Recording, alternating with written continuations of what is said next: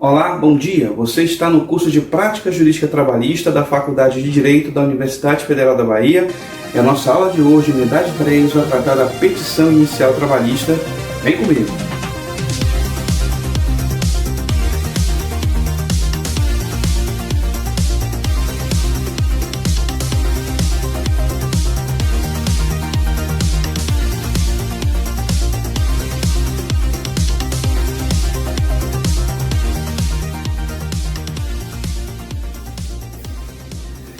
Então vamos iniciar a nossa abordagem do conteúdo de hoje. O que a gente tem que ver a partir de agora vai ser o ponto mais demorado, né, mas também talvez o mais importante do todo o curso, é aquele que diz respeito à formulação dos pedidos da petição inicial trabalhista. Pedido é uma maneira que o indivíduo, né, o autor da demanda, tem para levar a sua pretensão ao judiciário. Então, é por meio do pedido que o autor ele se afirma detentor de determinado direito e requer, né, por meio da petição inicial, e especificamente na petição inicial, na parte do pedido, que o juízo reconheça-lhe esse direito. Então, para que se faça um pedido, né, adequado à pretensão que se requer, né, adequado àquilo que se pretende obter na justiça, é necessário primeiro conhecer como a legislação, né, não só a legislação, mas o ordenamento jurídico como um todo, como o ordenamento jurídico reconhece esse direito ou não. Então, o pedido vai ser, né, levar, né, vai ser o veículo que vai levar o direito material até o juiz. Então, para fazer um pedido de qualidade, é preciso conhecer o direito material, como o direito material é regulado no determinado ordenamento jurídico. Então, o pedido, né, como uma providência voltada para a satisfação do direito material do indivíduo perante o judiciário, ele necessita, por parte do advogado, da advogada, que o profissional do direito detenha esse conhecimento, o conhecimento sobre a legislação a respeito daquele direito material, para, né, com base nesse conhecimento, formular o pedido mais adequado ao interesse do seu cliente. Então, o que a gente vai ver a partir de agora na formulação do pedido é não só a parte processual de formatação, aquilatação do pedido, mas também, principalmente, uma revisãozinha de direito material do trabalho para cada pedido desse formulado. Infelizmente não é possível, né, que nós tenhamos aqui um curso com todos os pedidos possíveis, né, todos os pedidos que podem ser levados à Justiça do Trabalho. Não temos essa possibilidade porque a quantidade de pedidos e as suas variações são praticamente infinitas. Então, o que foi feito a partir do curso, né, o que foi feito e que será exposto a partir de agora, foi o seguinte: eu decidi então pescar aí, né, os 15, 16 pedidos mais corriqueiros na Justiça do Trabalho e tentar fazer aí, né, uma abordagem sobre esses pedidos, né? Então, esses pedidos constam aí, certamente, né, pelo menos um deles vai constar em mais de 90% das demandas. Então, com base no conhecimento que se adquire em relação a esses pedidos, o profissional já tem um instrumental, né, já terá um instrumental razoavelmente adequado para poder fazer os exames, né, de ordem, enfim, provas de concurso e principalmente um instrumental para poder advogar na prática trabalhista também, para poder militar na área trabalhista. Então, o primeiro pedido aí não é exatamente um pedido, mas é uma providência, é uma questão também e mais processual até do que material. O primeiro ponto que a gente vai ver aqui, mas não deixa de ser pedido por se tratar de satisfação do direito material, é a questão da tutela de urgência, né? A tutela de urgência, né, no processo do trabalho. Em relação à tutela de urgência, vale todos aqueles ensinamentos que nós já conhecemos do processo civil, né? Que para que se obtenha uma medida antecipatória dos efeitos finais do provimento de mérito, é preciso que o indivíduo que solicita, né, essa providência, ele demonstre ao juízo a existência aí, né, da probabilidade do direito, né, que também chamamos aí de fumus boniuris, né, fumaça do bom direito, e o perigo de dano, né, a possibilidade concreta de que a demora na satisfação desse direito, né, a demora judiciária, demora processual, acabe tornando o provimento aí, né, inútil ou ineficaz total ou parcialmente. Então, a tutela de urgência, como nós a conhecemos do processo civil, também se aplica aqui ao processo do trabalho, né? O detalhe em relação à tutela de urgência não é exatamente a aplicabilidade, né, da sua formulação jurídica aqui na área trabalhista, mas diz respeito mais à peculiaridade aqui ao fundamento. O que acontece? No texto da CLT, nós temos duas menções expressas, né, à tutela de urgência no processo do trabalho, né? Nós temos duas menções expressas e estão ambas as menções no artigo aqui 659 da CLT. Artigo 659 da CLT. Então, o artigo 659 da CLT, nos incisos 9 e 10, ele traz aqui, né, duas situações relacionadas aqui à tutela de urgência de maneira expressa no texto da CLT. Então, as duas situações que estão aqui, né, que são situações relacionadas a sustar, né, impedir, obstar a transferência irregular de empregado, e a outra medida, né, prevista aqui legalmente também, de maneira expressa, é a medida que visa a reintegração do empregado, né, do dirigente sindical que eventualmente tenha sido, né, dispensado sem a observância dos parâmetros legais, né? Lembrando que o dirigente sindical, poder ter a estabilidade, né, estabilidade provisória, como se diz, ele detém uma espécie de estabilidade provisória que necessita, para a operacionalização da dispensa, que o empregador abra um processo específico para isso na justiça, chamado inquérito para apuração de falta grave. Então, sem esse inquérito para apuração de falta grave, qualquer despedida de dirigente sindical, por mais grave que seja a sua conduta no âmbito da empresa, qualquer dispensa, ela será irregular, porque o empregador necessita primeiro de autorização judicial para tanto, né, para que o dirigente sindical possa ser dispensado regularmente. E essa autorização será, né, obtida por meio de uma sentença dada pelo juízo, né, da vara do trabalho, que reconhece aí a prática da falta grave do dirigente sindical, que é empregado desse determinado empregador, e, portanto, somente com a decisão judicial é que é possível dispensá-lo regularmente.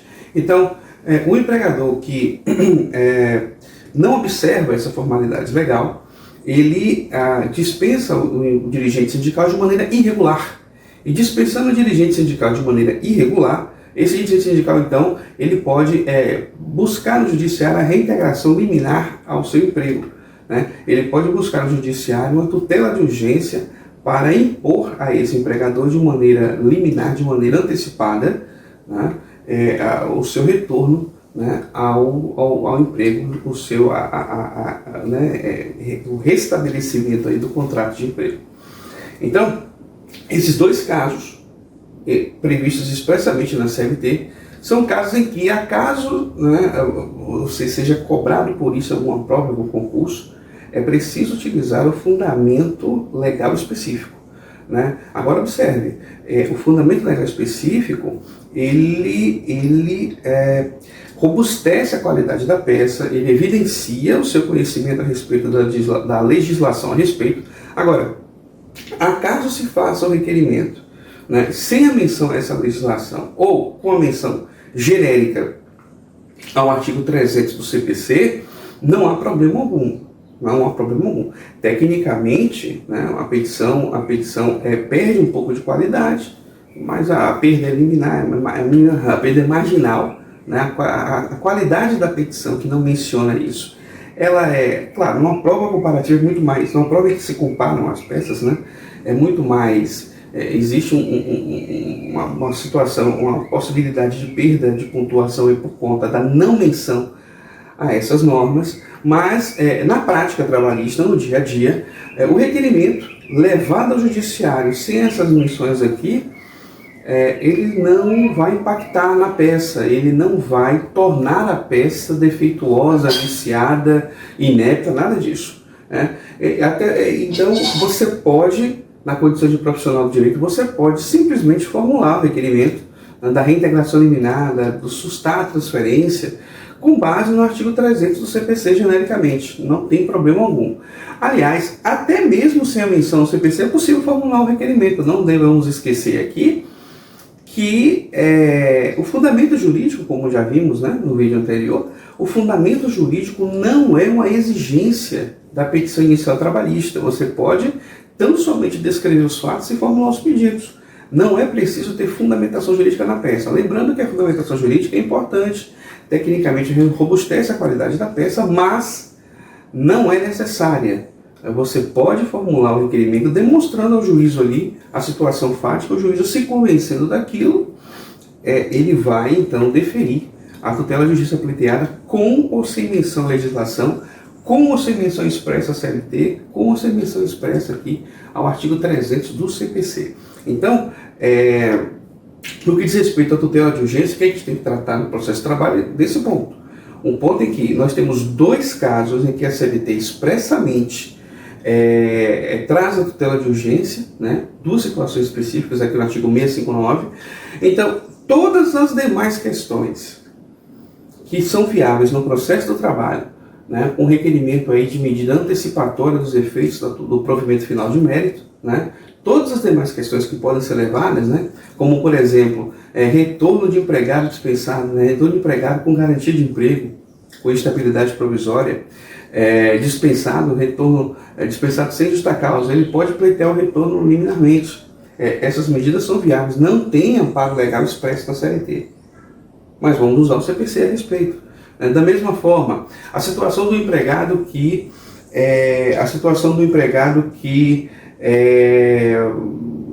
teve algum obstáculo em relação à sua admissão num determinado emprego público do estatal, né? Também pode, ele pode pleitear aí a investidura liminar ou a contratação liminar, né, por meio do requerimento da tutela de urgência, desde que demonstre, né, ter aquele direito ali à sua admissão.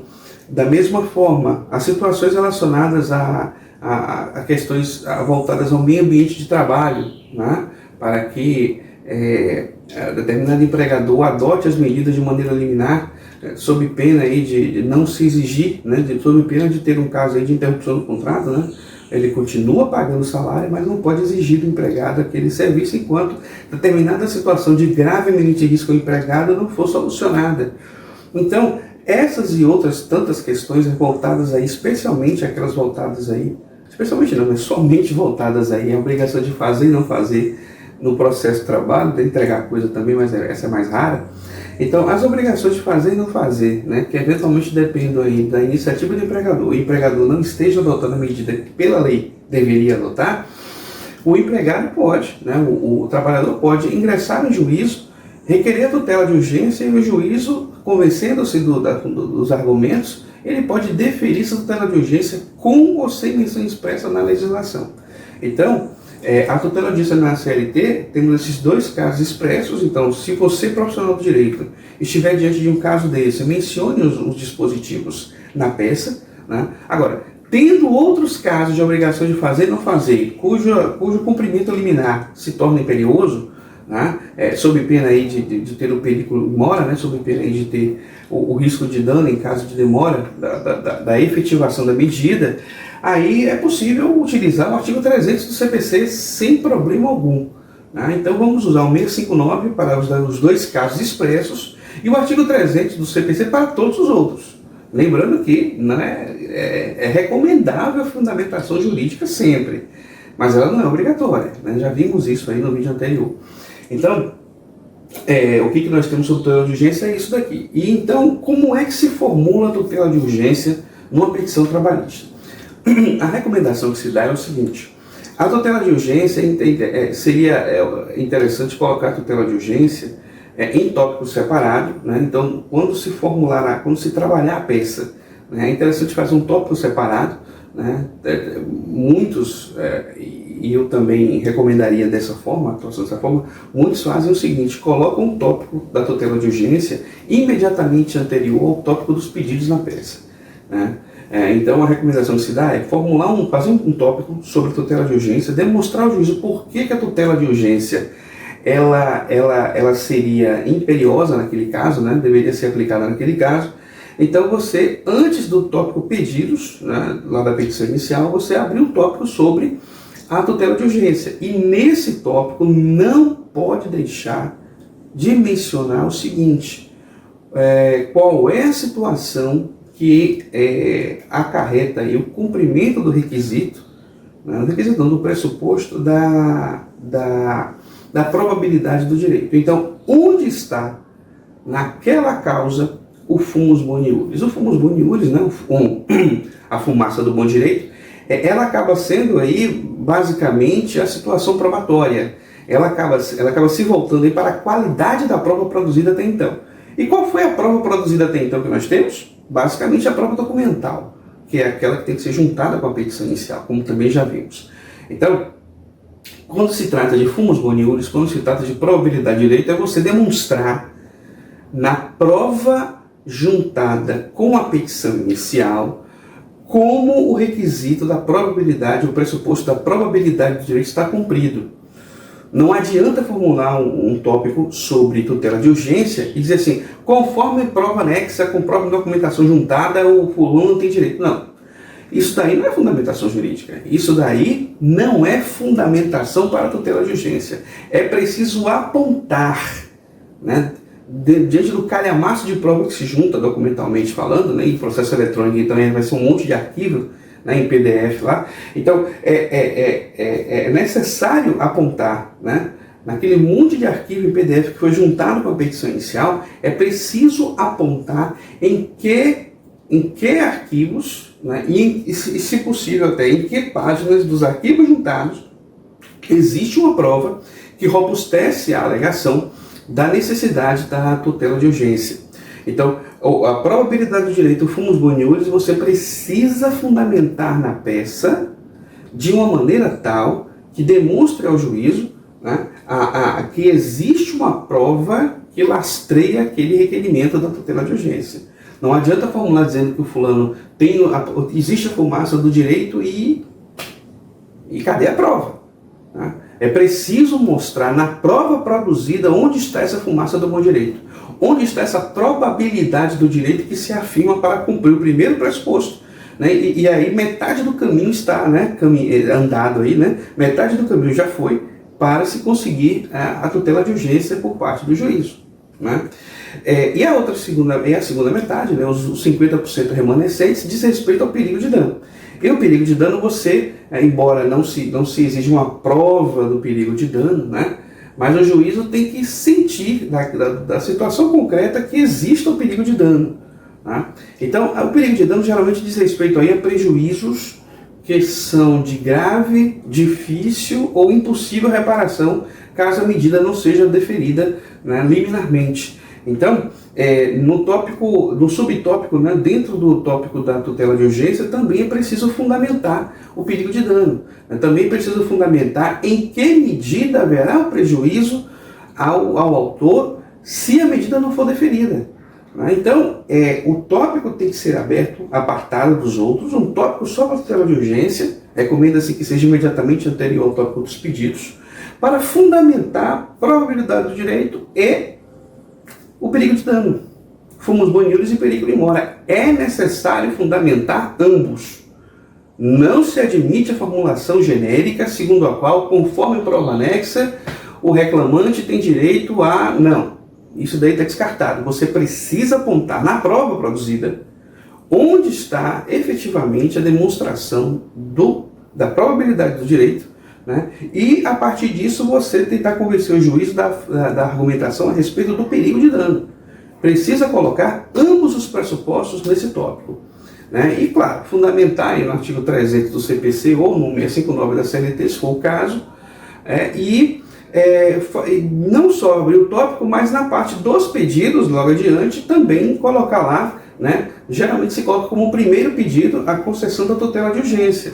Né? A tutela de urgência geralmente voltada para a obrigação de fazer e não fazer no processo do trabalho, fazer ou não fazer, e que exige a intervenção imediata do judiciário. Né? Então, o requerimento a ser formulado é esse daí. É um tópico antes dos pedidos, constando os dois pressupostos, demonstrando, né, de maneira argumentativa os dois pressupostos, e no tópico seguinte, o tópico do pedido em si, geralmente é o primeiro pedido, que é a concessão da tutela de urgência para tal medida, né, para sustar a transferência, para a readmissão do emprego, para o retorno ao emprego da gestante dispensada irregularmente, do acidentado dispensado irregularmente, enfim. Né? Então, esse caso aí, o da tutela de urgência, será aí portanto, nosso primeiro pedido no processo de trabalho, caso se tenha em mãos aí, em regra, uma tutela voltada para a obrigação de fazer e não fazer.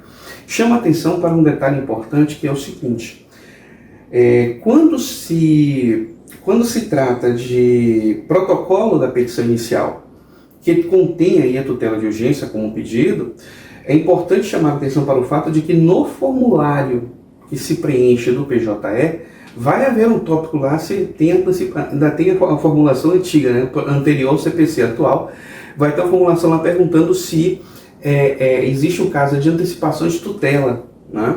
Antecipação de tutela. Aí a atualização do sistema deve colocar, né, em breve, aí, já passou da hora, aliás, de colocar, substituir a expressão antecipação de tutela por tutela disso, mas tanto faz, é a mesma coisa nesse caso, são sinônimos. Então, se tiver no PJE, né, possui requerimento de antecipação de tutela, sim ou não? Por padrão, o sistema tem que marcar assinalada a opção não. Então, se a sua petição tem um requerimento, um pedido, né, um pedido de antecipação de tutela de urgência, você assinala o sim. Se você não assinalar o sim e a sua petição contiver esse pedido, qual é a consequência? A consequência é a seguinte: quando se tem assinalado o sim no sistema, antes do protocolo da inicial, essa petição ela não vai para o bloco das petições com audiência, né, dos processos com audiência designada. Esses autos que foram autuados, né, essa nova demanda que vai cair na mão do juiz, ela vai para o juízo antes da audiência para que ele defira ou não, analise, defira ou não a tutela de urgência. Então, se você deixa marcado o padrão não, o que vai acontecer? Sua petição vai ficar no bolo dos processos, sua petição vai ser autuada como um processo novo, né, e vai ficar no bolo dos processos que estão pendentes de audiência. O risco que se tem é que o juiz só aprecie isso daí quando tiver audiência. Na audiência que ele vai descobrir que existe uma tutela de urgência lá. Essa audiência pode levar aí 1 mês, 2 meses, até 3 meses aí marcando, enfim, até mais, dependendo do caso. Então é uma perda de tempo considerável, né, não se atentar para esse ponto. Então, se a sua petição tem um requerimento, tem um pedido de tutela de urgência e não foi assinalada no sistema a opção sim, o risco que se tem é esse. Né? Aí você precisa atravessar uma outra petição, né, requerendo que o juízo chame a atenção do juízo para esse ponto, que a petição tem tutela de urgência que não foi apreciada e que depende aí de apreciação quanto antes. Então, tome cuidado com isso. Ao fazer o protocolo da peça, assinale a opção sim na tutela de urgência, antecipação de tutela, e com essa assinalação, sua petição vai ser despachada pelo juízo antes de ter, né, a designação de audiência. Essa é a recomendação que se dá a respeito da prática processual no sentido do protocolo, né? Como é que se faz o protocolo da peça no ambiente PJE. Nós vamos ver mais adiante como faz o protocolo passo a passo, mas o fato é esse. O fato é que uma tutela de urgência vai a conhecimento do juízo se houver a assinalação da opção no formulário do PJE. Se não houver essa opção, né, aí sua petição vai ficar lá no bolo da audiência e o risco que se tem é que o juiz só conheça desse pedido na realização da audiência, perdendo um tempo precioso para o seu cliente, para você. Então, tutela de urgência, o ponto é esse daí. O nosso próximo pedido aqui é o pedido do reconhecimento da relação de emprego. e consequente anotação na carteira de trabalho e previdência social. O que acontece em relação ao vínculo empregatício? Seguinte, é muito comum que trabalhadores estejam inseridos aí numa dinâmica segundo a qual o empregador não reconhece a prestação de trabalho sob vínculo de emprego. Então é muito comum, né, que você tenha situações em que o empregador ele simplesmente contrate o empregado de boca, né? Não, fulano, vem fazer um servicinho aqui para mim, né? E nesse servicinho acaba se estendendo por vários dias, por várias semanas, quando se vê, geralmente foram meses, e o serviço sendo prestado, sendo pago ali por semana, por dia, por mês, e nada de carteira assinada, né? Uma contratação completamente de boca, né? Então a gente chama uma contratação absolutamente informal. Então, nessas situações em que o vínculo de emprego não é reconhecido pelo empregador, não tem anotação na carteira, é uma situação que você pode levar essa irregularidade para a justiça. De acordo com a legislação, né, de acordo com a CLT, o vínculo empregatício, né, ele pode se configurar mesmo de maneira tácita, né? Ou seja, mesmo que você, empregado, não tenha ciência de que aquela relação é uma relação de emprego, depois que alguém lhe abre os olhos e você desperta para essa situação, em que você pode, inclusive, requerer, né, na justiça o reconhecimento do vínculo de emprego, mesmo que você, também na época da prestação do serviço, tivesse a consciência de que não era, né? Muito comum gente trabalhando, enfim, como falso estagiário, falso autônomo, e se entendendo como tal por desconhecer a legislação, por ser leigo no assunto. E depois que sai desse trabalho, né, aí alguém chama, rapaz, você pode reclamar na justiça o vínculo de emprego, porque o fulano deveria ter assinado sua carteira. Deveria ter assinado sua carteira porque você foi lá, ela tinha jornada controlada, tinha falta controlada, ganhava a remuneração fixa, enfim, vários elementos que são juntados ali para, né, se configurar aí a relação de emprego. Então, o caso do reconhecimento de vínculo de emprego na justiça é um pedido muito comum. Muitos empregadores ainda hoje, né, exploram a mão de obra alheia de maneira informal, sem reconhecer expressamente lá a relação de emprego em carteira de trabalho, e então, portanto, gera ao trabalhador essa possibilidade de entrar na justiça para requerer o reconhecimento do vínculo de emprego. Então, o pedido do vínculo de emprego, ele vai ser levado ao judiciário na seguinte situação: na situação em que não tem a carteira assinada, né? Na situação que não tem a carteira assinada, na situação em que o empregador não reconhece o empregado como tal, como empregado, como subordinado aí a um vínculo empregatício. E nós temos aí duas situações sobre o vínculo de emprego, que é a seguinte: nós temos a situação do vínculo de emprego que foi mascarado e que, portanto, a contratação é completamente informal, completamente de boca, né, sem nada escrito, né? Temos essa situação aí, a situação que seja para o empregado esse direito de ir na justiça e buscar o reconhecimento do vínculo de emprego por decisão judicial. E também temos a situação em que o empregador, né, maliciosamente, né, pretende configurar, né, documentalmente um vínculo ou outro que não seja de emprego, né? Muito corriqueiro também a situação de estagiário que tem tudo formalmente bonitinho lá, mas que cumpre funções de empregado, né, do cooperado, né, membro de cooperativa, situação aí de, né, prestador de serviço autônomo, né, para ONGs, para OCIPs, né, organizações sociais. Temos essa situação também documentada lá, tem até um contrato dizendo que é prestador autônomo de serviço, mas a gente sabe que é empregado, né? E também tem situações de representante comercial autônomo, enfim. Não estou dizendo que todo cooperado, todo representante comercial autônomo é empregado dissimulado, é empregado, né, forjado, não é. Mas tem situações muito corriqueiras a respeito disso, né? Tudo vai depender do caso concreto por conta daquela lógica que nós aprendemos em direito do trabalho, que é a lógica do contrato-realidade, da primazia da realidade na relação de emprego. Se materialmente houver a prestação de trabalho, né, subordinado, com onerosidade, pessoalidade, né, e não eventualidade, além da subordinação, nós temos aí a configuração de um vínculo de emprego, independentemente do nome que se dê, independentemente da prova documental que se produza. Então, as duas situações, tanto o trabalho completamente informal, quanto aquele que não é totalmente informal, que está documentado, mas documentado no sentido de se mascarar a relação de emprego, né, de se simular uma outra relação que não seja empregatícia. Essas duas situações dão ao trabalhador a possibilidade de entrar na justiça e pedir o reconhecimento de vínculo de emprego. Levando ao judiciário o pedido do reconhecimento do vínculo de emprego, o que é que nós temos? Nós temos o seguinte: uma situação ou outra, elas vão depender aí de uma situação, de um cenário probatório distinto, né? Quando se trata de contratação informal, o trabalhador precisa provar a prestação do serviço de maneira não eventual e subordinada, né? Então, se o empregado consegue provar isso daí, consegue o reconhecimento do vínculo de emprego.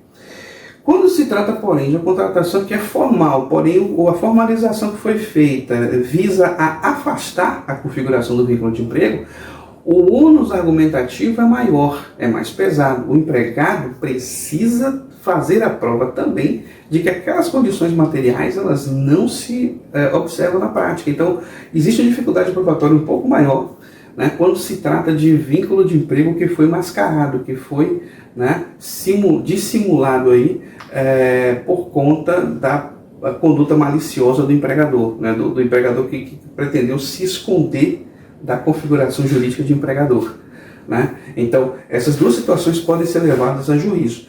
A diferença é que o ônus argumentativo na segunda, naquela que já tem uma prova, um documento, né, que o empregador confeccionou, né, de acordo com o seu interesse, né, com a sua malícia, essa situação, em termos probatórios, vai ser um pouco mais complicada.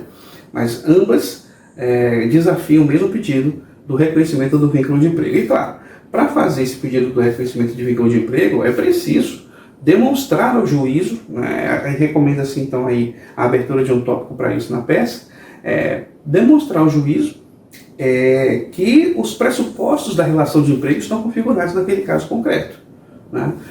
A subordinação, a onerosidade, a pessoalidade e a não eventualidade. Então, quando se formular, se sua petição, a petição do seu, voltada à defesa do interesse do seu cliente, tem lá um tópico do reconhecimento do vínculo de emprego, é preciso, nesse tópico, destacar o preenchimento dos pressupostos da relação de emprego, né? Se você não demonstra para o juiz o preenchimento desses pressupostos, você vai pretender do juiz aí que ele, juiz, é que tenha o trabalho de extrair, né, do caso concreto, a configuração desse vínculo. O trabalho probatório não é do juiz. O trabalho probatório é seu como advogado da parte.